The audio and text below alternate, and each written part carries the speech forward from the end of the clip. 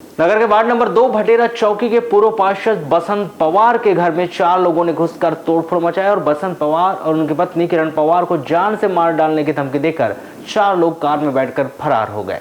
बीती रात यह वारदात उस समय हुई जब बसंत पवार अपनी पत्नी किरण पवार के साथ एक कार्यक्रम से शामिल होने के बाद घर लौट रहे थे। कोतवाली पुलिस ने बसंत पवार के द्वारा की गई रिपोर्ट पर गोलू गेडाम, विक्रांत चतुर्वेदी, राजू मिश्रा और अंकित पर्वत सभी भटेरा चौकी निवासी के विरुद्ध आपराधिक प्रकरण दर्ज कर जांच पड़ताल शुरू की है। सभी आरोपी घटना के बाद से फरार है, जिनकी तलाश की जा रही है।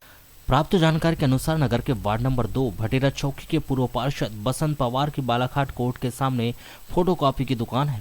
30 जनवरी की रात्रि में 8 बजे बसंत पवार अपनी पत्नी किरण पवार के साथ अपने घर में ताला लगाकर शहर में कार्यक्रम में शामिल होने के लिए चले गए थे।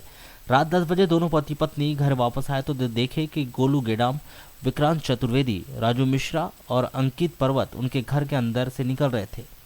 बसंत पवार ने पूछा क्या बात है, तब चारों लोगों ने बसंत पवार और उनकी पत्नी किरण पवार को गालियां देकर बोलने लगा कि आपका लड़का मनीष पवार कहाँ है, कहाँ छुपा कर रखा है, हाँ उससे हमको लेन देन का हिसाब करना है, तुम उसका पता बता दो नहीं तो हम तुम्हारे परिवार को जान से खत्म कर देंगे। धमकी देते हुए 4 लोग 2 4 व्हीलर गाड़ी में बैठकर वहां से फरार हो गए। जिसके बाद बसंत पवार अपनी पत्नी किरण पवार के साथ घर के अंदर गए तो घर के सामने का गेट का ताला और अंदर के दरवाजे ताले टूटे हुए थे।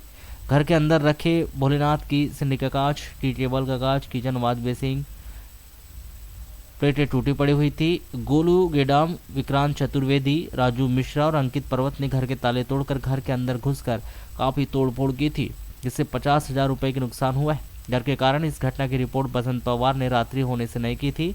31 जनवरी को बसंत पवार ने अपनी पत्नी किरण पवार के साथ कोतवाली पहुंचकर उक्त घटना की रिपोर्ट दर्ज की। कोतवाली पुलिस ने बसंत पवार के द्वारा की गई रिपोर्ट पर गोलू गेडाम, विक्रांत चतुर्वेदी, राजू मिश्रा और अंकित पर्वत के विरुद्ध धारा 294, 457, 427, 506, 34 के तहत अपराध दर्ज कर घटना के बाद से फरार इन आरोपियों की तलाश शुरू की है।